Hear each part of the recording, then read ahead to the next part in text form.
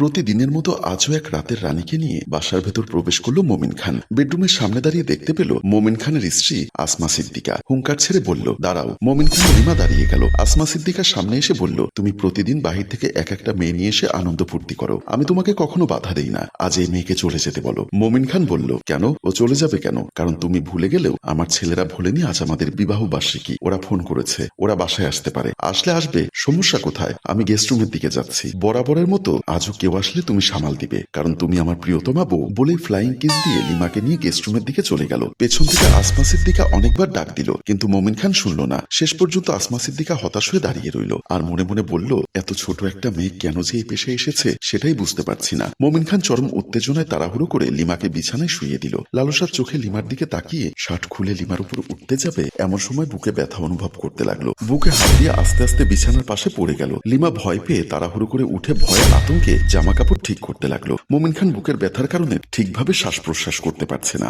আস্তে আস্তে নিস্তেজ হয়ে পড়ল। মোমিন খানের এমন অবস্থা দেখে মেয়েটি ভয় পেয়ে কান্না করতে করতে দৌড়ে রুম থেকে বের হয়ে গেল। গেস্ট রুম থেকে বের হতে আসমা সিদ্দিকের সামনে এসে দাঁড়িয়ে বলল, কি হয়েছে? তুমি দৌড়ে রুম থেকে বের হলে কেন? লিমা ভয়ে কাঁদো কাঁদো গলায় বলল, বিশ্বাস করুন, আমি কিছুই করিনি, আমি তাকে মারিনি, আমার কোনো দোষ নেই। অবাক হয়ে আসমা সিদ্দিকী বলল, কি বলছো তুমি? তাকে মারুনি এ কথার মানে কি? আপনার স্বামী কাজ করার সময় হঠাৎ আমার উপর থেকে বিছানায় পড়ে গেছে, এরপর তার কোনো হুঁশ নেই। কথাটি শুনে আসমা সিদ্দিকার চোখ বড় বড় হয়ে গেল। লিমার হাত ধরে টান দিয়ে আবার গেস্ট রুমের ভেতরে প্রবেশ করলো। বিছানার কাছে এসে মোমিন খানের শরীরে হাত দিতেই বুঝতে পারলো সে আর নেই। চরিত্রহীন হলেও স্বামী, তাই আসমা সিদ্দিকার মায়া লাগাটা অস্বাভাবিক কিছু নয়। চোখে ছলছল পানি নিয়ে লিমার চুলের মুঠি ধরে বলল, সত্যি করে বল, তুই আমার স্বামীকে মারলি কেন? বিশ্বাস করুন, আমি তাকে মারিনি, আমি বিশ্বাস করি না তুই আমার স্বামীকে মেরেছিস, আমি তোকে পুলিশে দিব। বলেই লিমার চুলের মুঠি ছুঁড়ে লিমাকে ধাক্কা দিয়ে বিছানার উপর ফেলে দিয়ে দৌড়ে রুম থেকে বের হয়ে দরজা বন্ধ করে দিল। লিমা ভয় পেয়ে কান্না করতে লাগলো। বড় ছেলে অপু বউ সহ তাদের বাসা থেকে চলে আসলো। দরজা খুলে ভেতরে ঢুকতে আসমা সিদ্দিকা দৌড়ে এসে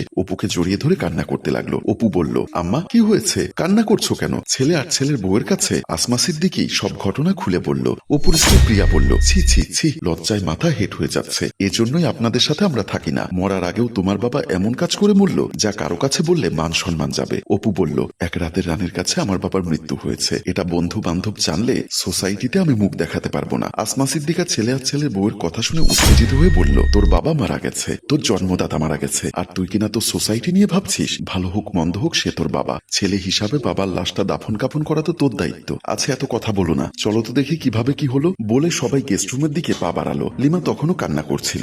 সবাইকে রুমের ভেতরে প্রবেশ করতে দেখে লাফ দিয়ে উঠে দাঁড়ালো। অপু বাবার নিথর মরদেহ দেখে কিছুটা আবেগপ্রবণ হয়ে পড়ল। আসমা সিদ্দিকা লিমার দিকে আঙ্গুল তুলে বলল, এই মেয়েটি তোর বাবাকে মেরেছে। অপু রাগান্বিত হয়ে লিমার দিকে তাকাতে লিমা বলল, আপনি? অপু বলল, তুমি এখানে কি করছো? প্রিয়া বলল, তোমরা কি দুজন দুজনকে আগে থেকে চেনো? লিমা বলল, ওনার মতো খারাপ মানুষের কারণে আজ আমাকে রাতের রানী হতে হয়েছে, ওনাকে আমি কিভাবে ভুলে যাই? প্রিয়া বলল, অপু ও এসব কি বলছে? ওকে তুমি কিভাবে চেনো? না না, আমি ওকে চিনি না। লিমা বলল, এখন তো চিনবেন না, কারণ এখন তো আপনার খায়েশ পূরণ হয়ে গেছে। এবার কথা শুনে আসমা সিদ্দিকী বলল, এই মেয়ে, তুই আমার স্বামীকে মেরে এখন আমার ছেলেকে নিয়ে উল্টাপাল্টা কথা বলছিস? লিমা বলল, কোনো উল্টাপাল্টা কথা বলছি না, যা বলছি সত্য বলছি। আপনার ছেলে তার এই বাপের মতোই চরিত্রহীন লম্পট, সে আমার জীবনটা নষ্ট করে দিয়েছে। এমন কথা শুনে প্রিয়ার আগে ফায়ার হয়ে বলল, তুমি সত্যি করে বলো, অপু তোমার সাথে কি করেছে? শুনবেন কি করেছে? তাহলে শুনুন। গ্রাম থেকে চাকরি খোঁজার জন্য শহরে এসেছিলাম, কিন্তু যে চাচার বাসায় যাব সেই চাচার বাসার ঠিকানাটা হারিয়ে ফেলেছিলাম। শহরে সেদিন প্রচন্ড বৃষ্টি হচ্ছিল, বৃষ্টিতে যেন না ভিজি সেজন্য একটা বাড়ির বারান্দায় গিয়ে দাঁড়িয়েছিলাম। আপনার স্বামী আমাকে দেখে খুব ভালো মানুষের মতো বলল,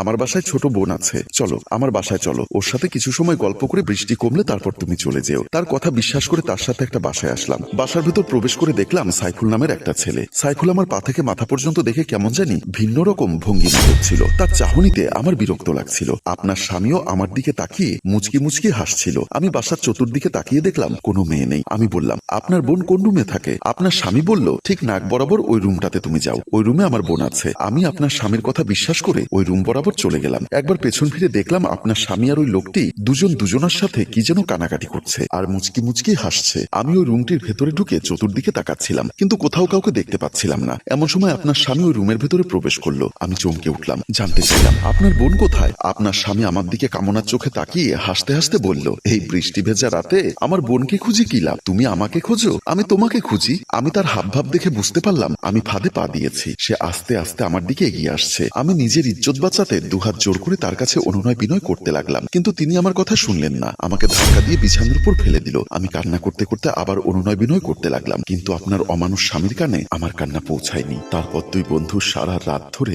আমার উপর অমানবিক নির্যাতন চালায়। সকালবেলা আমার শারীরিক অবস্থা খারাপ দেখে আমাকে একটা পতিতলায় সর্দারনির কাছে বিক্রি করে দিয়ে আসে। তারপর বাধ্য হয়ে এই কাজে নিজেকে জড়িয়ে ফেলি। শেষ পর্যন্ত আমি হয়েছি রাতের রানী। সেদিন যদি তিনি আমাকে নিজের বোন মনে করে আশ্রয় দিত, আমাকে একটা চাকরির ব্যবস্থা করে দিত, তাহলে আজকে আমাকে এখানে আসতে হতো না। বলেই লিমা কান্না করতে লাগলো। লিমার কথা শুনে প্রিয়া অপুর কলার ধরে বলল, আমি তোকে ডিভোর্স দিব, তোর সংসার আমি করব না, বলে রুম থেকে বের হয়ে গেল। অপু প্রিয়াকে ডাকতে ডাকতে পিছু পিছু রুম থেকে বের হয়ে গেল। ছেলের এমন অপকর্মের কথা শুনে আসমা সিদ্দিকী ভীষণ কষ্ট পেল। প্রিয়া মেইন দরজার সামনে আসতে দরজা খুলতে যাবে, এমন সময় দরজা খুলে ভেতরে প্রবেশ করলো অপুর ছোট বোন জামাই বাবু। বাবুকে দেখে প্রিয়া উত্তেজিত হয়ে বলল, খুব ভালো সময় এসেছো, তোমার শ্বশুর শাশুড়ির ম্যারেজ ডে পালন করতে এসেছো মনে হয়। এদিকে তোমার শ্বশুর একজন রাতের রানী নিয়ে এসে একান্তে সময় কাটানোর সময় স্ট্রোক করে মারা গেছে, আর সেই রাতের রানীকে আমার স্বামী অনেক আগেই পতিতলায় বিক্রি করে দিয়েছিল। আপনি এসব কি বলছেন ভাবি? এমন সময় অপু দৌড়ে এসে পাশে দাঁড়ালো। আসমা সিদ্দিকী বেডরুম থেকে বের হয়ে দরজার সামনে দাঁড়ালো। বাবু তার শাশুড়ির কাছে জানতে চাইলো, আম্মা ভাবি এসব কি বলছে?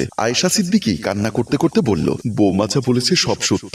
বাবু বলল, ছি ছি আম্মা, বাবা যেমন চরিত্রহীন, বড় ছেলেও তেমন চরিত্রহীন। এই চরিত্রহীন মানুষগুলোর সাথে আমি আর সম্পর্ক রাখবো না। এমন সময় লিমা হাতে তালি দিতে দিতে বেডরুম থেকে বের হয়ে দরজার সামনে দাঁড়িয়ে বলল, বাহ, দারুণ কথা বললেন বাবু সাহেব। সুমন্ধি ও শ্বশুরকে চরিত্রহীন বলছেন, নিজে কি দুধে ধোয়া তুলসী পাতা? বাবু লিমাকে দেখে চমকে উঠে বলল, তুমি এখানে আসলে কিভাবে? ভয় নেই, সেদিন হোটেলে আমার সাথে রাত কাটিয়ে আমার শরীরের দাম না দিয়ে চলে গেছিলেন, সেই টাকা আমি চাইবো না, কিন্তু নিজেকে চরিত্রবান বলে এদের কাছে প্রমাণ করতে চাইবেন না। লিমার মুখে এমন কথা শুনে সবাই আবার চমকে উঠল। প্রিয়া বলল, তাহলে সবাই এক ঘাটেরই মাঝি? ছি, ভাবতে ঘৃণা লাগে, আমি এমন কিছু নোংরা মানুষের সাথে বসবাস করি। বলেই প্রিয়া দরজা খুলে বের হয়ে গেল। অপু বাবু মাথা নিচু করে দাঁড়িয়ে আছে, লজ্জায় মাথা তুলতে পারছে না। আসমা সিদ্দিকী বলল, কলা গাছের গোড়া থেকে কলা গাছই হবে, এটাই স্বাভাবিক। লিমা তুমি চলে যাও, তোমার সাথে আমি খারাপ আচরণ করেছি, পারলে ক্ষমা করে দিও। তোমাকে আমি ভুল বুঝেছিলাম, আসলে তোমার কোনো দোষ নেই, সব দোষ আমার ভাগ্যের। স্বামীকে সুখে রাখার জন্য তার সব অপকর্ম শুধু আমি লুকিয়ে রাখতাম, কিন্তু সেই অপকর্মের কারণে আজ তার মৃত্যু হলো। লিমা বলল, সবচেয়ে সত্য কথা কি জানেন? মুখ দেখে কখনো মানুষ চেনা যায় না। এই সমাজে কিছু মুখোশধারী শয়তান থাকে, তাদের বাহিরে এক রূপ আর ভেতরে আরেক রূপ। এদের কারণে আমার মতো লিমারা হয়ে যায় রাতের রানী। বলে লিমা চোখের পানি মুছে বাসা থেকে বের হয়ে গেল। আসমা সিদ্দিকী নির্বাক হয়ে দরজার সামনে আস্তে আস্তে বসে পড়ল, যাকে বলে অধিক শোকে পাথর। প্রিয় ভিউয়ার্স, আপনার অতীতটা যদি সুন্দর থাকে, ভবিষ্যৎটা সুন্দর হবে, বর্তমানটা উজ্জ্বল আলো হয়ে ঝরাবে। আর যদি কোনো দিক থেকে উল্টাপাল্টা কিছু করেই থাকেন, তাহলে বর্তমান আর ভবিষ্যৎ চারিপাশ অন্ধকার আলোতে ডুবে যাবে। গল্পটি ভালো লাগলে লাইক, কমেন্ট ও শেয়ার করুন। গল্পটির রচনায় ফেরদৌস অপু, পরিচালনায় মোশাররফ হোসেন মৃদুল।